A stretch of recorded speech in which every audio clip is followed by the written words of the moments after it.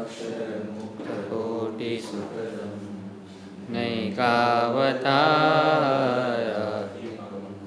ज्ञेयं श्रीपुरुषोत्तमं मुनिवरे वेदादिकीर्त्यं विभुं तन्मूलाक्षरयुक्तमेव सहजानन्दं च वन्दे सदा। श्री स्वामिनारायण भगवान अक्षरपुरुषोत्तम महाराज की जय। गुणातीतानंद स्वामी महाराज की जय। भगत जी महाराज की जय। शास्त्री जी महाराज की जय। योगी जी महाराज की जय। प्रमुख स्वामी महाराज की जय। महंत स्वामी महाराज की जय। प्रमुख स्वामी महाराज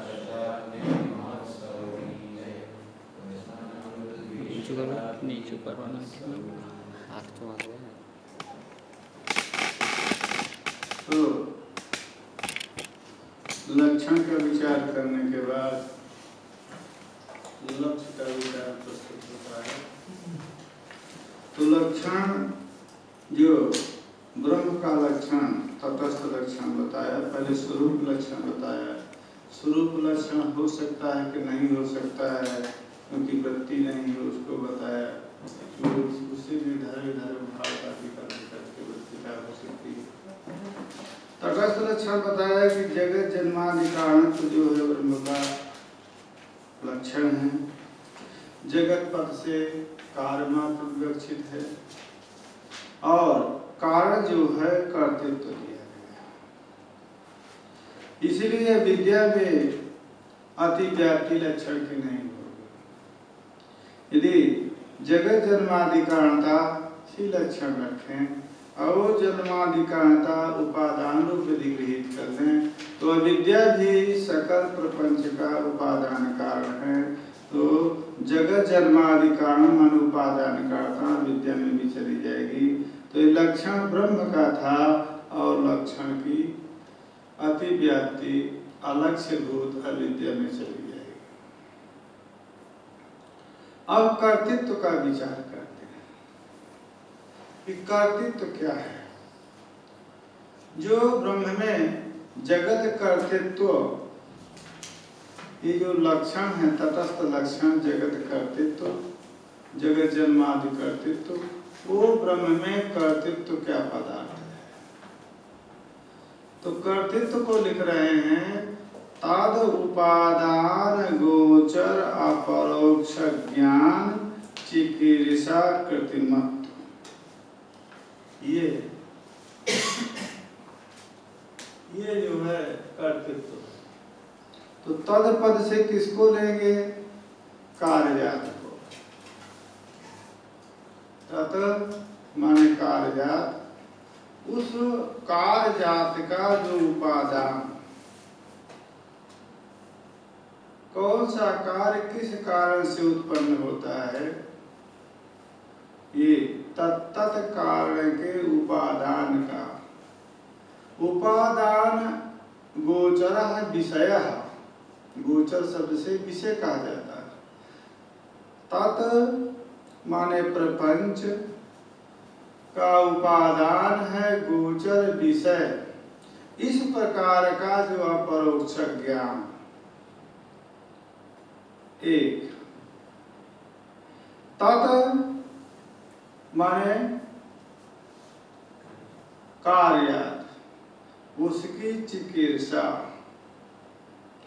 कर्तुम इच्छा चिकीर्षा। तत् माने कार्य, उसकी जो कृति, तद्वत् जो है यही उपादान, यही कर्तृत्व है।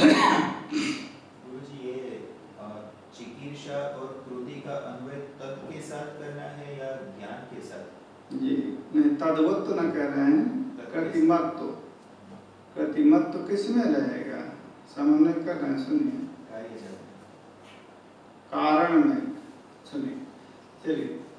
तत्पद को आप प्रत्येक तत् का उपादान है ना, उपादान अपरोक्ष ज्ञान से भी अन्वय है, तत्का चिकित्सा से भी अन्वय है और तत्का कृति से भी अन्वय है। ठीक है।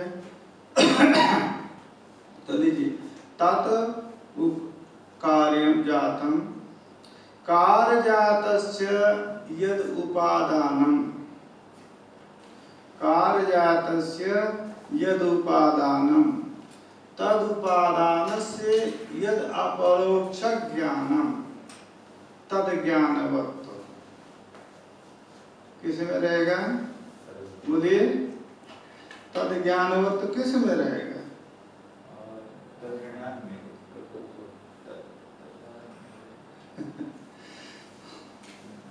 पदार्थ में,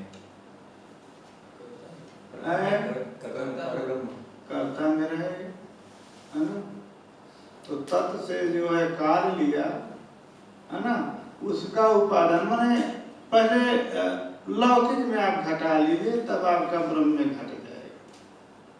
तत्पद से आपने घट लिया, ठीक है ना, तत्पद से घट लिया। और घट का उपादान कारण कपाल है। ये जब अपरोक्ष ज्ञान कुलाल को रहेगा तभी वो कुलाल उसका कर्ता हो सकता है। ठीक है।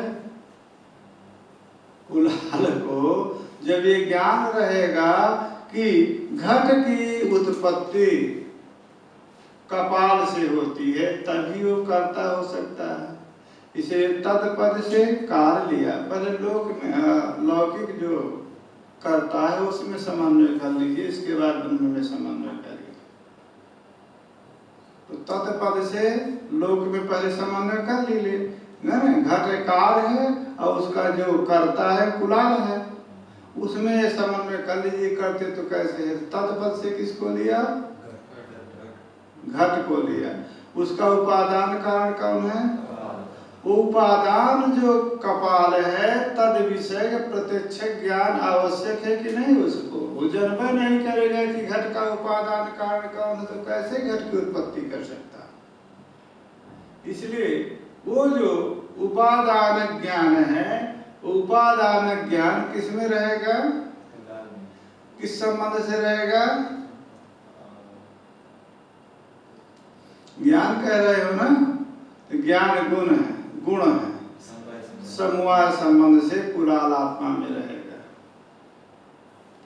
और मान लीजिए तभी एक ही मार्ग से कर्तृत्व तो नहीं हो सकता है। अब मान लीजिए कि कुलाल को ये ज्ञान तो है कि घट जो है कपाल से पैदा होता है, परंतु करने की इच्छा ही नहीं है। घट चिकीर्षा ही नहीं है, तब भी घट नहीं हो सकता। तो उपादान ज्ञान भी रहे, माने कार्य विषय का जो उपादान है, माने कार्य उपादान विषय ज्ञान भी रहे और कार्य चिकीर्षा भी रहे। वो चिकीर्षा भी जो है कर्तव्य इच्छा चिकीर्षा इच्छा रूप है, वो भी कुलाल में समवाय संबंध से भी रहेगी। ठीक है। और मान लीजिए कि तत् माने जो कार्य, उसका उपादान गोचर ज्ञान भी है, चिकीर्षा भी है, परंतु कृति नहीं, माने तद विषय की यत्र नहीं है, व्यापार नहीं है, तो बिना व्यापार के भी घट नहीं हो सकता है। अतः ये कार्योपादान विषय का परोक्ष ज्ञान रहेगा कुलाल को, तद विषय चिकीर्षा रहेगी और तद विषय का प्रयत्न रहेगा, तभी घट का कर्ता कुलाल होता है। अतः ये कर्ता का लक्षण सर्वत्र जितने भी कर्ता है सभी कर्ताओं में समन्वय हो जाएगा। तंतुवाह में भी आप ले लीजिए, तंतुवाह जो पट निर्माता है तो तत्पद से पट लिया। जब ये जानेगा कि पट का उपादान कारण कौन है, तंतु है, तो उसको पट के उपादान का अपरोक्ष ज्ञान भी होना चाहिए। अपरोक्ष ज्ञान इसलिए कहा कि मान लीजिए कोई शब्द से ही कह दिया है कि घट का उपादान कारण कपाल होता है, तो अब बताइए इतना केवल ज्ञान उसको हुआ कि माने घट का उपादान कारण कपाल होता है। कपाल को जानिए नहीं रहा है, ये तो जानता है क्यों घट का उपादान कारण कपाल है, परंतु किम कपालम ये ज्ञान उसको नहीं, इसलिए परोक्ष ज्ञान का।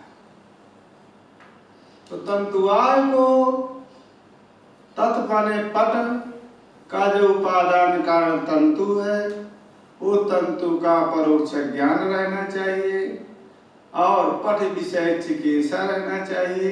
और पट विषय यत्नवत्ता, यत्न कृति भी समास संबंध से रहेगी, यत्न विशेष है। गुरुजी यहाँ पर जो कपाल का साक्षात अपरोक्ष ज्ञान है, उसके साथ साथ ऐसा भी समावेश हो जाता है कि घट बनाने का भी ज्ञान कुलाल में होना चाहिए।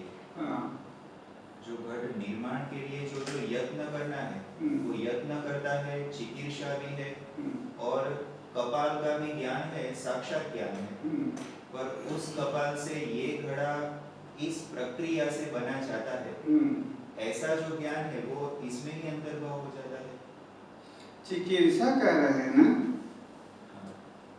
चिकित्सा कह रहे हैं ना, तो चिकित्सा जब तद विषय ज्ञान रहेगी तभी चिकित्सा होगी, कर्तव्य इच्छा होगी।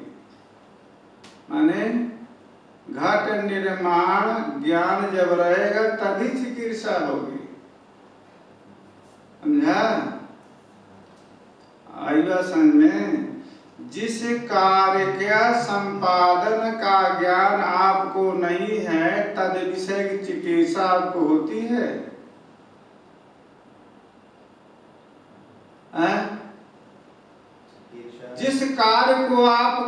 जिस कार्य का को करना आप नहीं जानते हैं तद विषय चिकित्सा होती है? क्यों नहीं होती? क्योंकि आप जानते ही नहीं कैसे पैदा होता है। परमाणु बनाने की कभी इच्छा हुई, आप चिकित्सा हुई? परमाणु कैसे बनता है ये ज्ञान नहीं है। तो जो आप कह रहे हैं कि माने घट कैसे बनता है ये भी ज्ञान चाहिए, तो किसी चिकित्सा में समन्वित है। यदि कार्य संपादन ज्ञान रहता है तद विषय की ही चिकित्सा होती है। इसलिए चिकित्सा मत जब कह दिया तो उसी से सन्निहित हो गया कि उस विषय का ज्ञान उसको है। नहीं तो इतना कह सकते थे तदुपादान गोचर कृतिमत्तम, तो कृतिमत्ता ही कहां से होगी? जो कृति है माने व्यापार है, तो व्यापार का क्या व्यापार करेगा? वो जानता ही नहीं कैसे क्या घट बनता है, तो क्या व्यापार वो करेगा? तो जो कृतिमत्ता है समझिए, और जो चिकित्सा है इसी से निहित हो गया कि उस तद विषय के ज्ञान होने पर ही कृतिमत्ता और चिकित्सा होगी। इसलिए तद विषय के माने जो कार्य संपादन है, कार्य विधा है, कार्य निर्माण विधा है, वो कार्य निर्माण विधा ज्ञान न कह करके उपादान ज्ञान मात्र कहा। तो उपादान ज्ञान जो है तभी होगा जब वो जानता है कि कपाल से घट पैदा होता है। तद विषय चिकित्सा तभी होगी जब वो घट की उत्पत्ति का जो नियम है, विधा, उस विधा का उसको ज्ञान है। और तद विषय कृति भी तभी होगी। इसलिए जो चिकित्सा है, जो एक कृति है, इससे जो आपकी आशंका थी कि माने घट कैसे बनता है ज्ञान नहीं है तो कैसे करता हो जाएगा, तो चिकित्सा नहीं होगी। इसलिए जो चिकित्सा पद है और जो कृति पद है, इसी से नियत हो गया कि कार्य संपादन विधि का ज्ञान भी है उसको, क्योंकि यदि कार्य संपादन विधि ज्ञान नहीं होता है तद विषय चिकित्सा नहीं होती है। ठीक है। कृतिमत्व अब आप जगत में ले लीजिए, परमात्मा में, तो परमात्मा का उपादान जो जगत का उपादान वो है अविद्या। ये भी परमात्मा को ज्ञान है कि जगत का उपादान कारण अविद्या है, ये भी ज्ञान है, अपरोक्ष ज्ञान है। और जगत करने का इच्छा भी है, चिकित्सा भी है। और जगत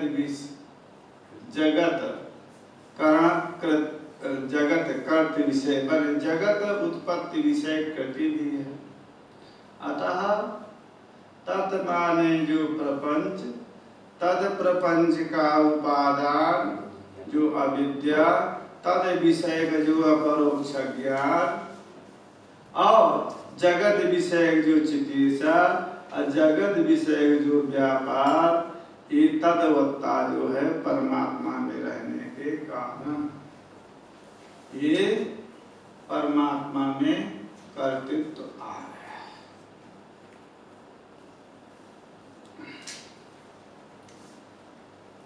अतः ये जो परमात्मा होगा वो कौन परमात्मा है? तो सोपहित है। ये छादी जो अविद्या धर्म है, तद धर्म से धर्मित होने का सोपहित है। अतः जो अविद्या रजो गुण प्रधाना विद्या, तद उपहित जो चैतन्य है, वो चैतन्य जो है उसी चैतन्य को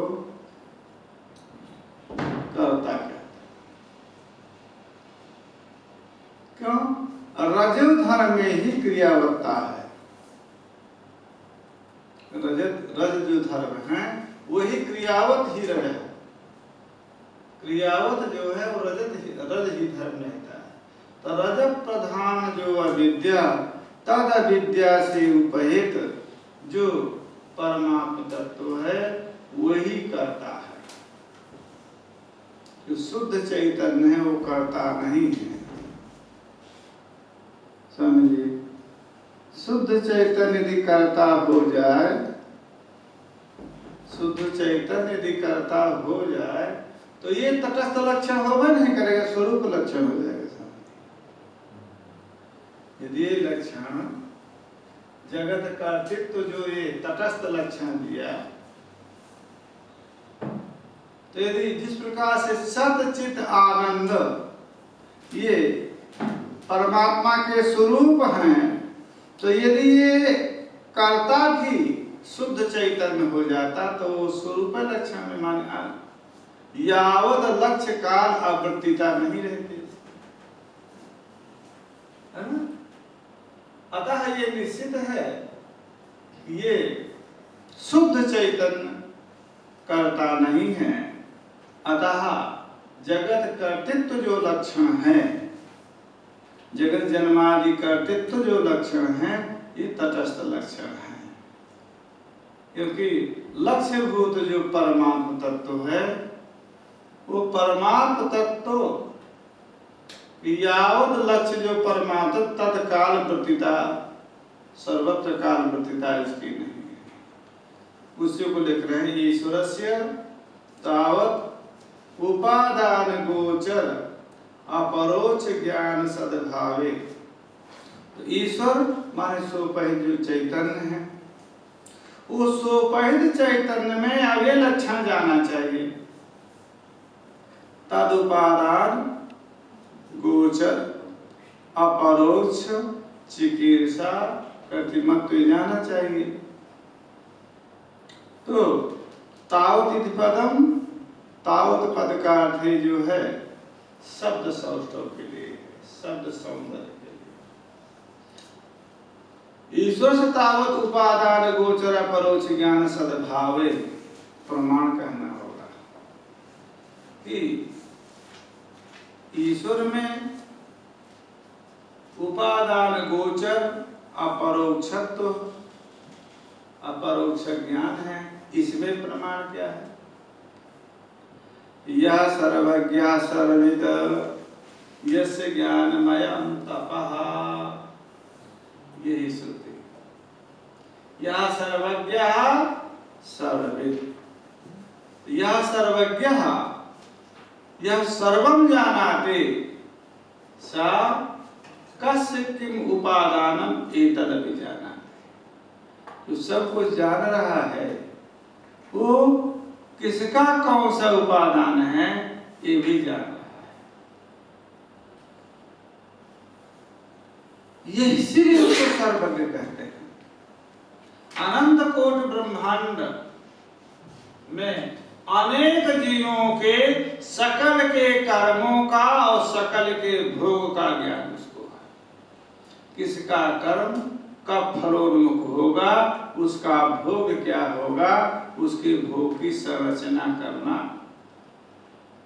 तद उपादान, जो यदि कर्म को लेते हैं, दूसरे प्रकार से कर्म को यदि उपादान लेते हैं, तत्त कर्म जो है, तत्त जो कार्य है उसका उपादान है। तो जितने भी उपादान हैं अनंत कोटि ब्रह्मांड में, अनंत जो जीव हैं उनका जो कर्म है वो कर्म किस समय पर उदित होगा, कब उसकी फलोन्मुखता होगी, यह ज्ञान है उसको। इसलिए और अपरोक्ष ज्ञान है। अतः जिस समय पर जो जिस प्राणी का कर्म फलोन्मुख हुआ, प्रारब्ध हुआ, किस तद रूप जो है कार्य की परिणति जो है वो कर देता है।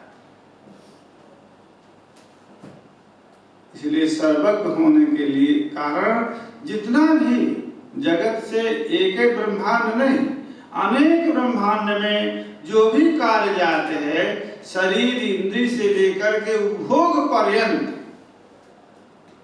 सभी जो है तत्तद प्राणी के कर्म से जायमान है। तो प्राणी से जायमान है तो प्राणी का कर्म यदि उपादान है तो वो उपादान ज्ञान जो परमात्मा को है कि किस प्राणी का कौन सा कर्म है और उसका कौन सा फल है, उस फल को और उसके उपभोग के साधन को पैदा करना है परमात्मा। तो ये ज्ञान कैसे रहेगा, इसमें क्या प्रमाण है? तो यह सर्वज्ञ सर्वविद। आशंका यहाँ पर उत्पन्न होती है कि तत्त्वमसि में जो तत्पद से सर्वज्ञ विशिष्ट चैतन्य लेते हैं, तो सर्वज्ञ विशिष्ट चैतन्य शुद्ध चैतन्य ब्रह्म है या ईश्वर है? यहाँ का जो तत्त्वमसि में तत् से हमने सर्वज्ञ विशिष्ट चैतन्य लिया था, तो वो और अल्पज्ञ विशिष्ट यानी कौन, तो वहाँ पर तो बराबर था। तो वो ये जो वो तत् है वो शुद्ध चैतन्य ब्रह्म है या उपहित ये ईश्वर है? तत्पद से आपने क्या लिया था? सर्वज्ञ सर्वज्ञ तो विशिष्ट ब्रह्म। ये तत्पद का क्या था? वाच्यार्थ था कि लक्ष्यार्थ था? फिर तो उसका खंडन ही कर दिया, उसमें तो लक्षण को भी निकाल दिया था। ज्यादा बड़ी विचित्र बात है। लक्षण को खंडन कर दिया तो लक्षण के खंडन का तो तात्पर्यानुपत्ति से उसके अर्थ का बोध किया है। ये थोड़ा कि उसका सर्वज्ञ तो अंश से समाप्त हो गया है।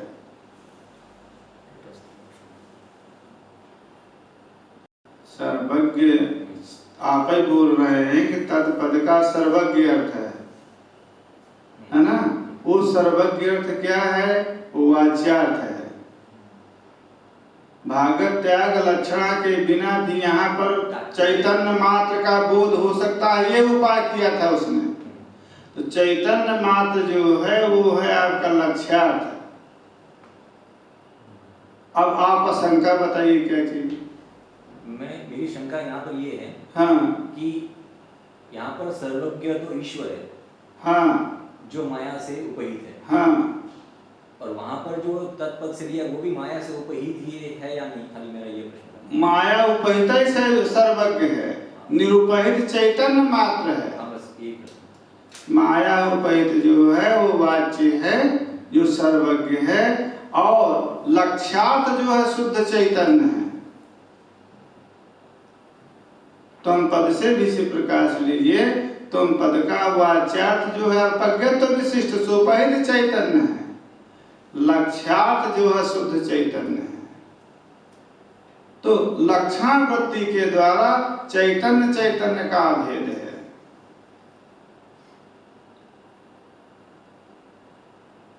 वो उसकी सर्वज्ञता या सर्वज्ञ सर्वित ये श्रुति तद इच्छते को हम बहुत श्याम प्रजाए, इन श्रुतियों के द्वारा उसकी सर्वज्ञता बोधित होती है। जब सर्वज्ञता उसी का प्रतिपादन कर रहे, उतना समझ में आया कि नहीं आया कि सर्वज्ञता यदि हम नहीं कहेंगे तो जगत का कर्ता नहीं हो सकता है।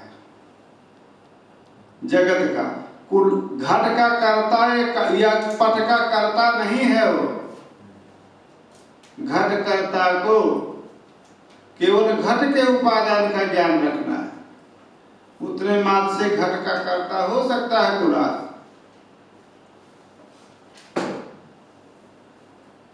पट का कर्ता जो तंतुवाह, वो तंतुवाह केवल पट का उपादान कारण जो तंतु है उतने ज्ञान से हो सकता है, परंतु यावत प्रपंच के उपादान का ज्ञान उसको रखना है।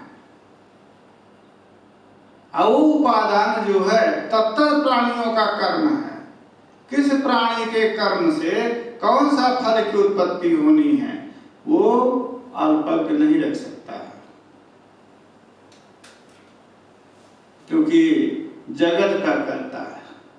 और ये वहां पर लिखते हैं जन्माद्यस्यतः में कि एतद जो विलक्षण जगत है, नियत काल अनियत देश, ये विलक्षणता देखिए। कोई वस्तु किसी देश विशेष में ही पैदा होती है और कोई वस्तु किसी काल में ही पैदा होती है। सभी काल में सभी फल नहीं प्राप्त होते हैं। कोई फल किसी काल में प्राप्त होता है, कोई फल किसी प्राप्त में प्राप्त होता है। सामान्य फल को छोड़ दीजिए, जैसे सेब है या क्या कहते हैं केला आदि है, परंतु सभी यदि आपकी इच्छा हो कि पौष महीने में हम जम्बू फल को खा ले, नहीं मिलेगा, क्योंकि उसका काल निर्धारित है। तो नियत कालिक भी वस्तु है, अनियत दैसिक भी वस्तु है। जो नारिकेल है वो समुद्र के किनारे में ही फल देगा, अन्यत्र कोई लगाए तो शोभा मात्र देगा, फल नहीं होता। नियत देश सुपारी है, काजू है। यदि आप चाहें कि केसर इतना महंगा है, हम क्यों ना केसर को अपने यहाँ पैदा कर लें, आपके यहाँ पैदा नहीं होगा, केसर कश्मीर में पैदा होगा। तो एतादृश नियत काल और नियत देश, यही विलक्षणता है इस जगत की। अनियत काल और भी आप ले लीजिए, इस जो कोयल है ना, कोकिल पक्षी में कूक केवल बसंत में प्राप्त होता है। अब देखिए, क्या इसके उत्तर काल में क्या वो पक्षी बोलता ही नहीं होगा? बोलता है, परंतु कूक बसंत काल में ही उत्पन्न होती है। यह है विलक्षणता इस जगत की। तो इस विलक्षणता को भाष्य का तात्पर्य पढ़ रहा हूं जो शंकर भाष्य में है। एतादृश विलक्षण कृति का कोई सर्वज्ञ ही परमात्मा हो सकता है। क्या संरचना कोई करेगा? एक मोर पक्षी के पंख को आप लेकर के संरचना करिए कि कितनी जादूगरी से इसमें चित्रांकित हुआ है। एक पंख को ही देख करके आप समझ जाएंगे कितनी जादूगरी है। कोई भी आज सामर्थ्य नहीं होगा इस प्रकार के रंग की रचना करने में, जिस प्रकार का रंग रचना जो है उसमें है। सातों रंगों का वहां पर सन्निवेश किस ढंग से किया है, ये आज के जितने भी चित्रकार हैं ऐसा चित्रकारिता कोई नहीं कर सकता है। अतः एतादृश जो विलक्षण कृति है वो विलक्षण कृति का कर्ता सर्वज्ञ ही हो सकता है। वहां पर भाष्य में जो है भगवत्पाद शंकराचार्य और रामानुजाचार्य ने दोनों ने इस बात को कहा कि ये सर्वज्ञ परमात्मा की कृति इसीलिए है कि इतनी विचित्र है। देखिए एक एक कृति पर आप हम विचार करें तो पहले जो पात होता है वो लाल, फिर लाल होने के बाद हरित और अंतिम में गिरने के पूर्व में पीत। क्या विचित्रता है। इसी प्रकार से जो फल है, फल उत्पत्ति से और परिणति पर्यंत पक्व पर्यंत अनेक रूप परिवर्तन होता है। क्या विचित्रता है। वो अपने आप परिवर्तन हो, कुछ परिवर्तन करने की आवश्यकता नहीं। तो एकादश जो करते एक वृक्ष में ही अनेक रंग, उसका जो तना है उसका दूसरा रंग, तो पत्र का दूसरा रंग, तो फल का दूसरा रंग, तो पुष्प का दूसरा रंग, सब वृक्ष है। तो एकादश जो विचित्र कृति है उस विचित्र कृति का जो करता है वो सर्वज्ञ ही हो सकता है। अल्पज्ञ करता ऐसी कृति का निर्माण नहीं कर सकता है। गुरु जी यहाँ पर खाली अगर वह सर्वज्ञ है, ईश्वर तो जाने वाला है, वो तो परमानेंट नहीं है। क्योंकि ज्ञान होगा यानी पूरी सृष्टि चली जाती है, शुद्ध चैतन्य ब्रह्म के अलावा अतिरिक्त कुछ भी नहीं होता है। तो उस सर्वज्ञ को ये पता है कि मेरा भी दिन नाश होने वाला है। जब किसी को किसका नाश कहते हैं?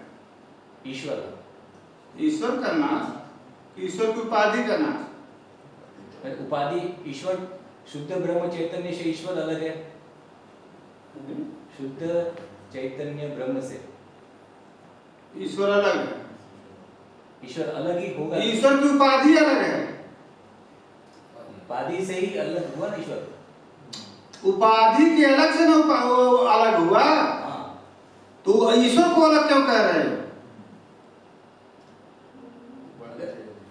चलो ईश्वर सर्वज्ञ है सब, लेकिन हाँ ठीक है, लेकिन जब ज्ञान होता है तब ईश्वर रहता है कि नहीं? कौन सा ज्ञान? जब उसको ये सारी अविद्या मिट जाती है, हाँ तो ईश्वर रहता है उस समय। ये आप ये बताइए कि जब ये जो मठ है, मठ का नाश हो जाएगा तो आकाश रहेगा कि नहीं रहेगा? आकाश तो रहेगा, आकाश रहेगा। आपका क्या प्रश्न है? मेरा प्रश्न ये है कि उपाधि का नाश हो गया तो ईश्वर नहीं रहेगा। हाँ। और ईश्वर क्या चीज है? ईश्वर मैं ये पूछ रहा हूँ कि शुद्ध चैतन्य ब्रह्म और ईश्वर दोनों एक तो नहीं है। शुद्ध चैतन्य ब्रह्म एक नहीं है, क्यों? और ईश्वर, हाँ? शुद्ध चैतन्य ब्रह्म हाँ और ईश्वर हाँ दोनों एक तो नहीं हो सकते। कैसे? जैसे आप कह रहे हो कि इसमें सर्वज्ञता आदि गुण होते हैं ईश्वर में, हाँ तो शुद्ध चैतन्य ब्रह्म में ये गुण हो सकते हैं कि नहीं? ईश्वर तो वो तो सर्वज्ञ रूप तो है ही है, वो शुद्ध चैतन्य। अगर गुण आते ही तो फिर उसको निर्गुण और कौन सा गुण? शुद्ध चैतन्य ब्रह्म को निर्गुण और अनिर्वचनीय क्यों कहते हैं फिर?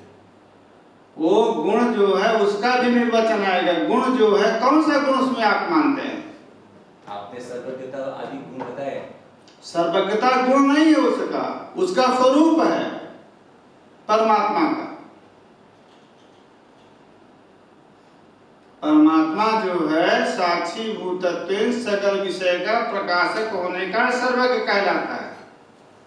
और साक्षी की उपाधि विद्या रहती है तब तक जो है तो प्रकाश होता है, और जब वो अविद्या भी नष्ट हो गई तो प्रकाश मात्र रहता है। का अंतर है आपको? जब प्रकाश मात्र रह जाएगा तो कोई वस्तु प्रकाशित होगा? प्रकाश रहेगा तो प्रकाश होगी।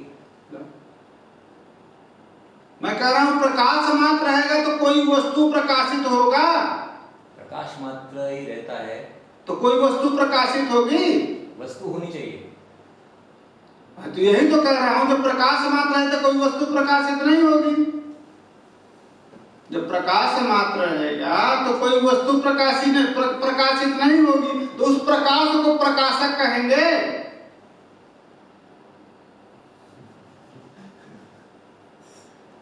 जब प्रकाश होने वाली वस्तु कोई नहीं है, प्रकाश मात्र अवशेष रह गया, तो उस वस्तु उस प्रकाश को प्रकाशक कहेंगे कि नहीं? पहले बताइए।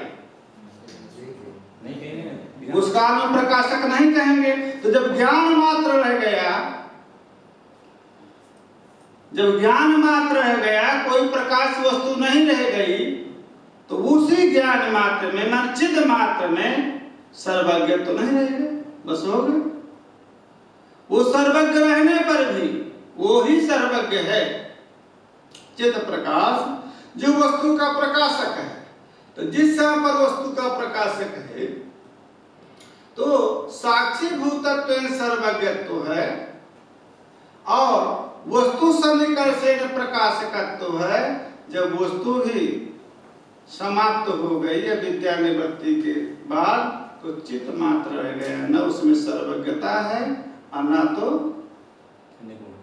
न तो प्रकाशकत्व है। और आशंका बताइए, आएगा समझ कि नहीं? आशंका करिए, दृढ़ता से करिए, खूब जितने प्रकार से मैंने पढ़ना है आप लोगों को, जिस प्रकार से आपको समझ में आए, क्योंकि संदेह होते हैं। संदेह कोई बात नहीं होती, खूब प्रेम से संदेह की निवृत्ति करिए।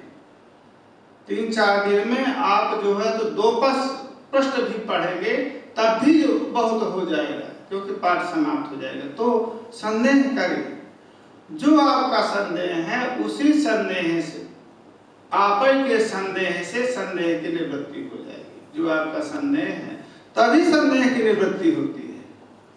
संदेह की वास्तविक निवृत्ति तभी होती है कि जो आपने संदेह किया है, उस संदेह को ही हम जब आपके सामने संदेह के रूप में प्रस्तुत कर देंगे, तब आपको लगेगा कि मेरा संदेह व्यर्थ है।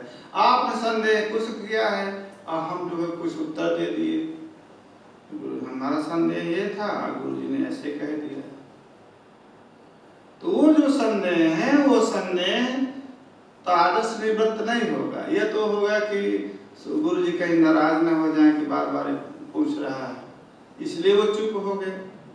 अथवा वो जो संदेह उसका था, उस संदेह की निवृत्ति दूसरे रूप में दिया आपने किया, तो हमारा संदेह तो ये था, उत्तर इनका ये है, तो संदेह की निवृत्ति नहीं होगी। अतः जो संदेह है, उस संदेह को उसी रूप में जब निवृत्ति होगी तो अच्छे ढंग से निवृत्ति हो जाती है। तो हम विचार कर रहे थे कि जो परमात्मा में सर्वज्ञता कही गई है, उस सर्वज्ञता में क्या प्रमाण है? प्रमाण का बोधक कौन सी श्रुति है? यह सर्वज्ञ सर्वविद यस्य ज्ञान में अंततः, ये श्रुति प्रमाण है। और तस्माद् एतद् ब्रह्म नाम रूपम अन्नं च जायते, उस ब्रह्म से नाम रूप अन्न जायते, यह श्रुति संपूर्ण जो श्रुति है, ये श्रुति जो है परमात्मा के सर्वज्ञता में प्रमाण दिया है। अच्छा, सर्वज्ञता में, चिकित्सा में कौन सा प्रमाण है श्रुति? आप कहते हैं कि तदुपादान गोचर अपरोक्ष ज्ञान।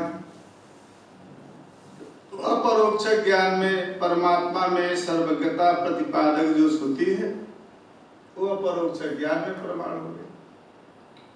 और चिकीर्षा मत तो भी आप कहते हैं, तो चिकीर्षा में कौन श्रुति प्रमाण है? तो सुवकामयद बहुश्याम प्रजाएय तदैच्छते को हम बहुश्याम प्रजाएय। अनेक जगह तत्त प्रकरण में जो यही श्रुतियां जो हैं, ये श्रुति परमात्मा में कार्य विषय चिकित्सा में प्रमाण है। तो कहा कृति में क्या प्रमाण है? कृति माने व्यापार, तद विषय कुछ व्यापार करता है। कहा तन मानो आकुरुता,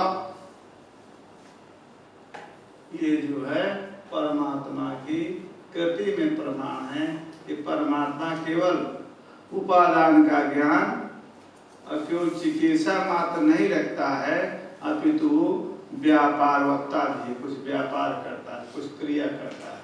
कृति माने क्रिया, व्यापार करता है, तब उत्पत्ति इत्यादि वाक्य। ज्ञान इच्छा आदि ये तो हो गया ना, एक लक्षण हुआ। अब दूसरे लक्षण पर विचार करते हैं। एक तो लक्षण ये हुआ परमात्मा का तदुपादान गोचर अपरोक्ष ज्ञान चिकित्सा प्रतिमत, तो एक कर्तृत्व का लक्षण हुआ परमात्मा के कर्तृत्व का। अथवा ज्ञान इच्छादि अन्यतम गर्भ लक्षण तितयम विवक्षित। ठीक है, तीन लक्षण भी हो सकते हैं। तदुपादान गोचर, तदुपादान गोचर ज्ञानवत्व, तदुपादान गोचर अपरोक्ष ज्ञानवत्व, एक लक्षण होता है, अलग अलग लक्षण। और तद चिकित्सा मत्तम, ये ज्ञान हो जाएगा। और तद कृति मत्तम, ये भी लक्षण हो जाएगा। ये भी तीन लक्षण अलग अलग। कोई आचार्य कहता है कि तद उपादान, इसीलिए पहले ही बताया था, कभी संदेह मत करिएगा, जितने सिद्धांत भेद अद्वैत वेदांत में, कर्तृत्व के विषय में, उपादानत्व के विषय में, वृत्ति के विषय में, वृत्ति के फल के विषय में, साक्षी के विषय में, साक्षी विद्यता के विषय में, भिन्न भिन्न आचार्यों के भिन्न भिन्न मत, मिथ्यात्व के विषय में कितने में वैमत्य नहीं है कि आत्मा शुद्ध चैतन्य है, आत्मा शुद्ध बुद्ध मुक्त स्वभाव है, आत्मा और अविद्या निवृत्ति मोक्ष का साधन है। आत्मा के अतिरिक्त कोई जो पदार्थ है वो आरोप है। इतने अंश में अद्वैतता, अंश में सभी में ये यही द्वैत है। आत्मा अतिरिक्त किसी पदार्थ की सत्ता नहीं, इसमें सभी को मत है। आत्मा अधिष्ठान भूत है, उसके अतिरिक्त किसी की सत्ता नहीं है आरोपित की, अद्वैत सिद्ध हो गए। और अविद्या की निवृत्ति उत्तर में मोक्ष होता है, अब मोक्ष दशा में आत्मात्र शेष रहता है, इसमें किसी को भेद नहीं है।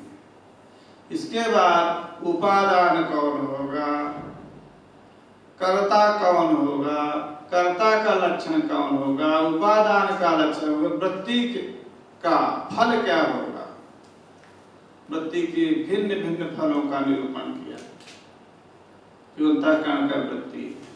साक्षी क्या होगा, और साक्षी के साथ साथ जीव में अवच्छेदवाद, प्रतिबिंबवाद, आभासवाद, इस प्रकार से अनेक सिद्धांत हैं अद्वैत वेदांत में।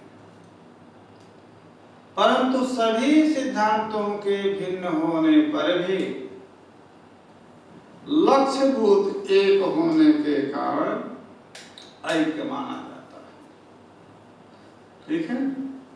तो जिस प्रकार से उपासना पद्धति भिन्न होने पर भी यदि संप्रदाय हैं, तो उपासना पद्धति कुछ भिन्न होने पर भी यदि लक्ष्यभूत एक है तो उनको एक संप्रदाय में ही गिना जाता है।